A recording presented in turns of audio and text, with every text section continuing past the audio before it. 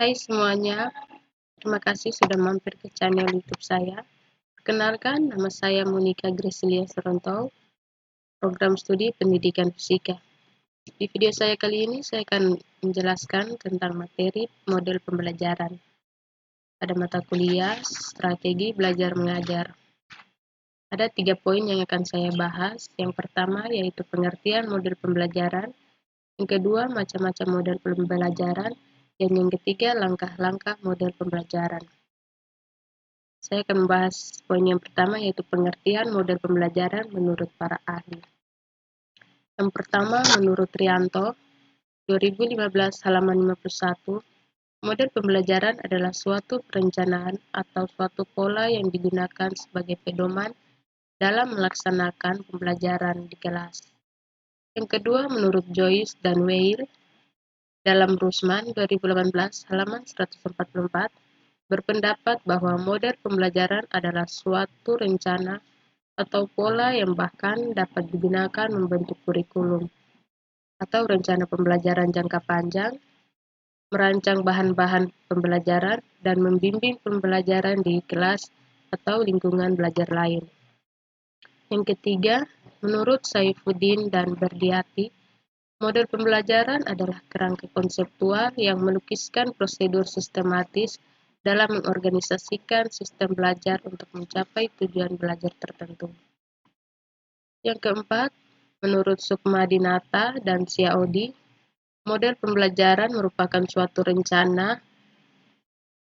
rancangan atau desain yang menggambarkan proses rinci penciptaan situasi lingkungan yang memungkinkan terjadinya interaksi pembelajaran. Poin kedua, macam model pembelajaran. Yang pertama, model pembelajaran inquiry. Model inquiry menggunakan rangkaian kegiatan pembelajaran yang menekankan proses berpikir secara kritis serta analitis pada peserta didik agar mencari dan menemukan sendiri jawaban dari suatu masalah yang dipertanyakan secara mandiri melalui penyelidikan ilmiah. Model inquiry training memiliki 5 langkah pembelajaran, yaitu menghadapkan masalah atau menjelaskan prosedur penelitian, menyajikan situasi yang saling bertentangan. Yang kedua, menemukan masalah atau memeriksa tampilnya masalah. Yang ketiga, mengkaji data eksperimentasi atau mengisolasi variabel yang sesuai, merumuskan hipotesis. Yang keempat, mengorganisasikan, merumuskan, dan menjelaskan. Dan yang kelima, menganalisis proses penelitian untuk memperoleh prosedur yang lebih efektif. Yang kedua, model problem-based instruction.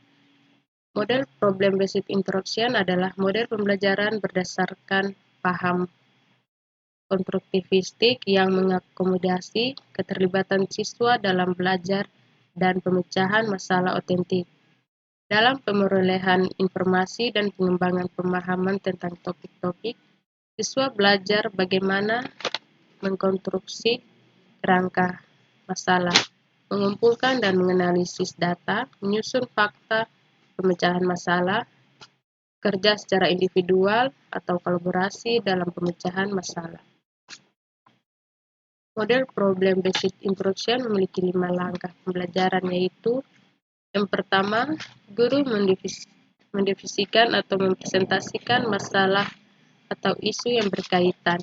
Masalah bisa untuk 1 unit pelajaran atau lebih, bisa untuk pertemuan 1, 2, atau 3 minggu, bisa berasal dari hasil seleksi guru atau dari eksplorasi siswa. Yang kedua, guru membantu siswa mengklarifikasi masalah dan menentukan bagaimana masalah itu diinvestigasi. Investigasi melibatkan sumber-sumber belajar, informasi dan data yang variatif, melakukan survei dan pengukuran.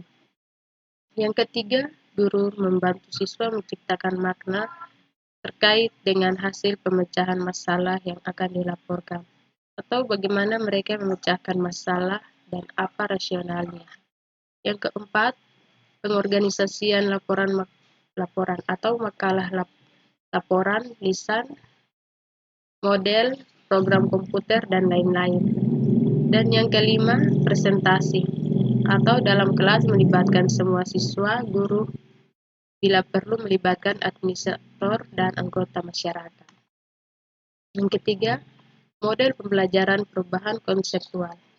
Model pembelajaran perubahan konseptual pengetahuan yang telah dimiliki oleh seseorang sesungguhnya berasal dari pengetahuan yang secara spontan diperoleh dari interaksinya dengan lingkungan. Sementara pengetahuan baru dapat bersumber dari intervensi di sekolah yang keduanya bisa konflik, kongruen, atau masing-masing bisa berdiri sendiri. Model pembelajaran perubahan konseptual memiliki 6 langkah pembelajaran, yaitu yang pertama, sajian masalah konseptual dan konseptual.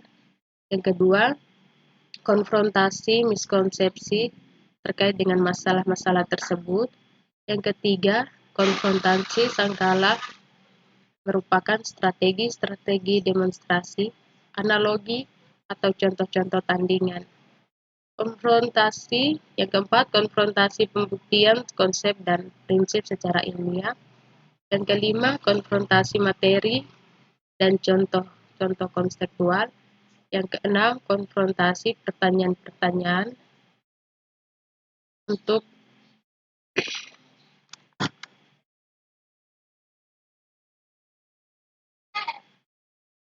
memperluas pemahaman dan penerapan pengetahuan yang bermakna. Yang keempat, model group investigation. Model group investigation yang kemudian dikembangkan oleh Herbert Talen.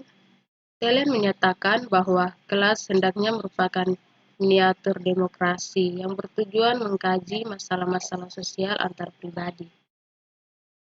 Model group investigation memiliki 6 langkah pembelajaran, yaitu grouping atau menetapkan jumlah anggota kelompok, menentukan sumber. Yang kedua, planning atau menetapkan apa yang akan dipelajari, bagaimana mempelajari. Yang ketiga, investigation atau saling tukar informasi dan ide. Yang keempat, organizing anggota kelompok, menulis laporan, rencanakan presentasi laporan. Yang kelima, presenting atau salah satu kelompok menyajikan, kelompok lain mengamati, mengevaluasi, dan yang keenam, evaluation atau masing-masing siswa melakukan koreksi terhadap laporan masing-masing berdasarkan hasil diskusi kelas. Siswa dan guru berkolaborasi mengevaluasi pembelajaran yang dilakukan. Sekian video dari saya.